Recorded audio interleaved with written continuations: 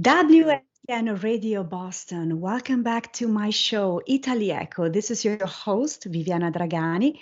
And today, my third guest is Dr. Tara. She's a professor of relational and sexual communication. She has a sex and relationship coaching business, LoveBites.co, and she's also a podcast host of Love Bites by Dr. Tara, of course. Welcome to our show. Ciao, Viviana. Thank you so Ciao. much for having me here. Thank you for joining us. So, first of all, tell us more about this podcast.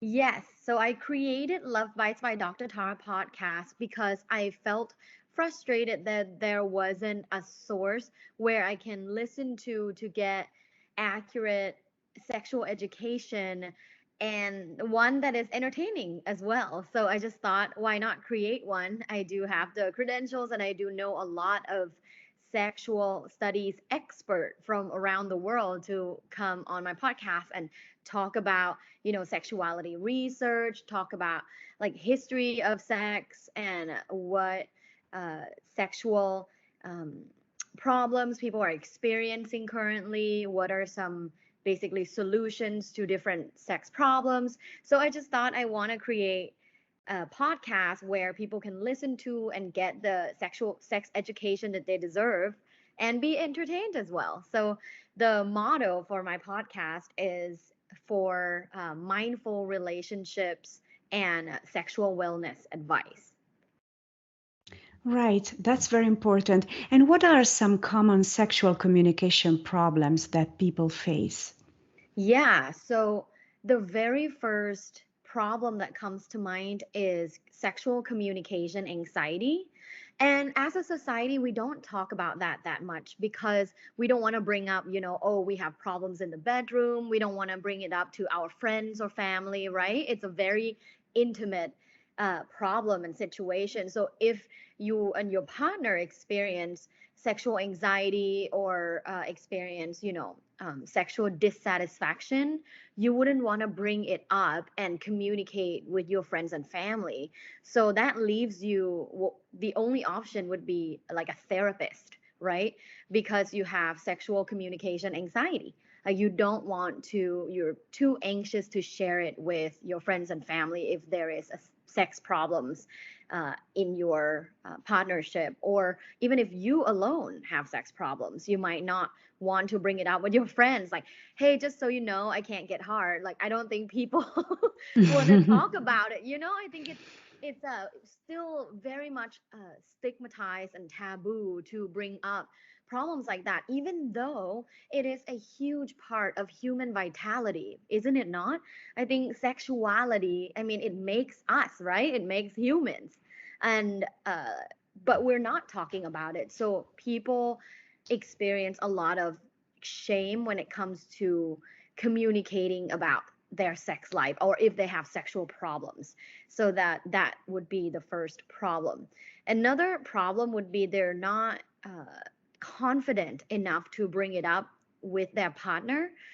Maybe they feel like if they bring it up with their partner would think, well, I didn't think there was a problem. So bringing attention to a certain problem that maybe your partner was clueless about might scare you when it comes to bringing up, oh, like, I want more of this or I need more of this. Like, a lot of women I talk to never had an orgasm with their partner, but how do you bring it up, right? So they're afraid that their partner's feelings will be hurt, their partner's reality will be shattered because their partner thought that they have, a healthy sex life all these years. And then at the end, how are you going to tell your partner you never had an orgasm? It's difficult. Absolutely. And how can someone become more sexually confident? Yeah, so sexual confidence, based on my research of over 5,000 individuals, I found that sexual confidence truly comes from your internal sense of self, which is your self esteem. Uh, the higher you have sexual self esteem, the more likely you're going to project your sexual self esteem through sexually confident behaviors and communication. So the question would be like, how do we increase self esteem then? right? Because if sexual self esteem is a big part contributing to us feeling confident in the bedroom, feeling confident in talking about sex problems, the key to increasing your sexual self esteem is through sexual mindfulness practices. And this is a somewhat, you know, new thing to talk about because for hundreds of years we don't talk about sexual mindfulness practices. However, recently in the last 10 years, there have been more and more and more interventions and experiments that show that sexual mindfulness therapies actually help improve sexual dysfunctions and a lot of sexual anxieties among men and women of all kinds of sexual difficulties. So, sexual mindfulness practices that you can do at home by yourself can truly contribute to you feeling more and more confident each time. So someone might say, well, what is sexual mindfulness practices, right? if you uh, if you can kind of recall, like, mindful practices or mindfulness is becoming more and more popular in the West, right? Mindful practices is somewhat attached to, kind of Buddhism or Hinduism or yoga. So people have always talked about mindfulness as attached to things like yoga, which is from the East.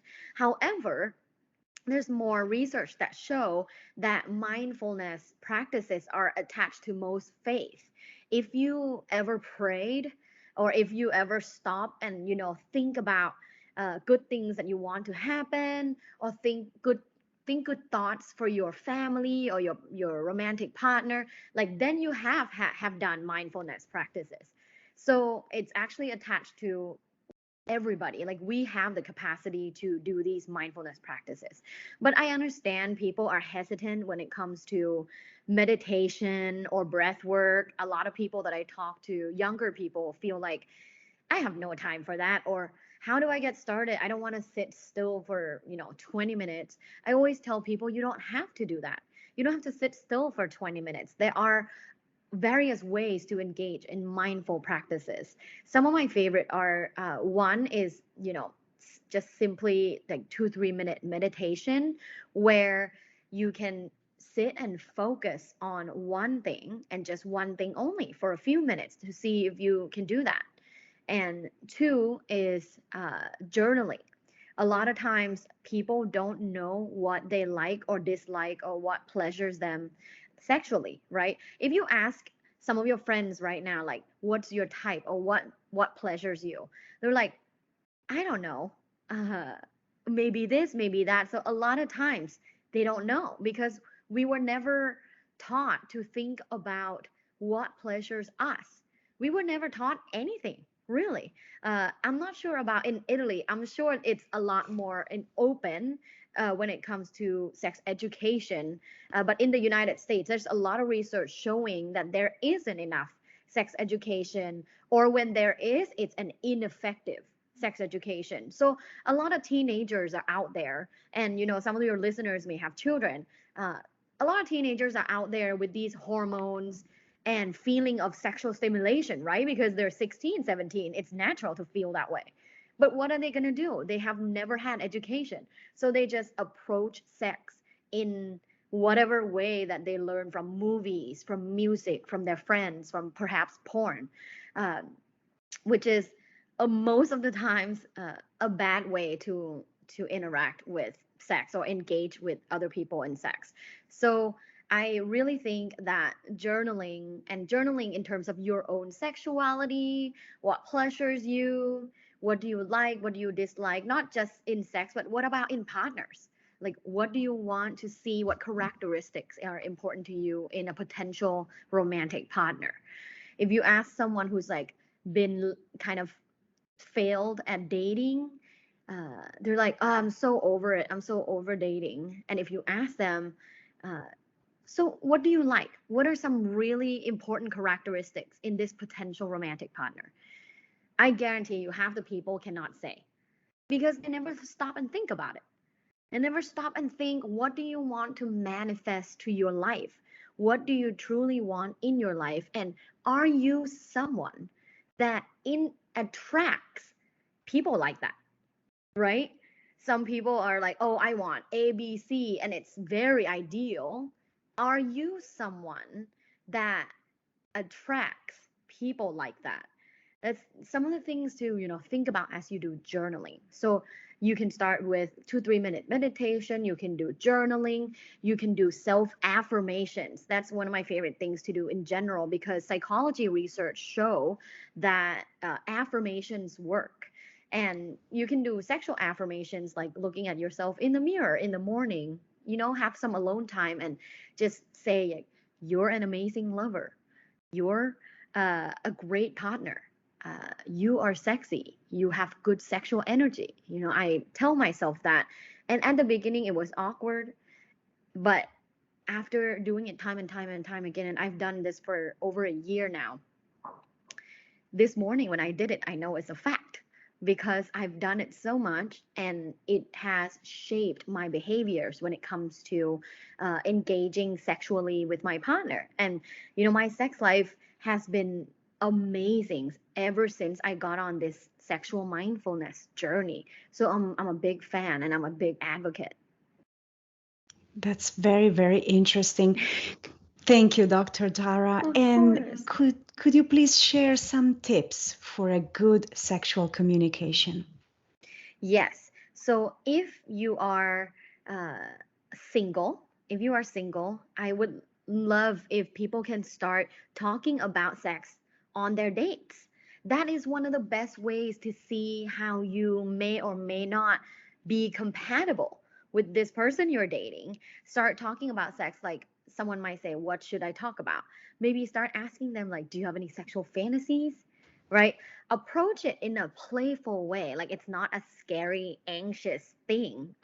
Sex is for everybody. So maybe talk about fun things, like, what are uh, some of your like sexy quirks? What are some of your sexual fantasies? Something fun and positive to talk about on your date would be fun, because what if you are someone who is sexually open and lively, but then you go on a date with someone who is very the opposite, right? Very, very conservative and would not want to have sex after maybe a year or so. Then you will know that that's perhaps not the person for you, right? It's a good way to see if you're compatible with this person or not. And uh, for couples, for all the couples out there, I strongly encourage you to start talking about sex. So many people have been married 5 years, 10 years, 15 years, and have had these sexual issues that they would rather not bring up. But you know what? It will always be there. It's not going away. And one day someone will explode, or it will manifest in other ways. It will manifest in, you never wash dishes, or you never do this, or when are you ever going to do this, right? A lot of men I talk to that are my clients, they talk about how their wives never initiate sex.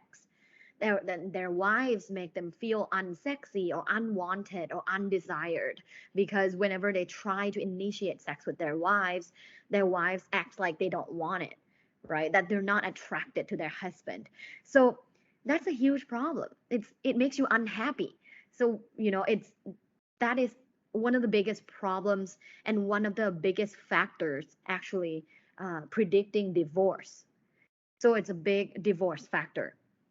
So I strongly encourage you start talking about sex. Have what I call sex check-ins with your husband, with your wife, maybe once every few months, maybe once every year. Ask them, like, how am I doing?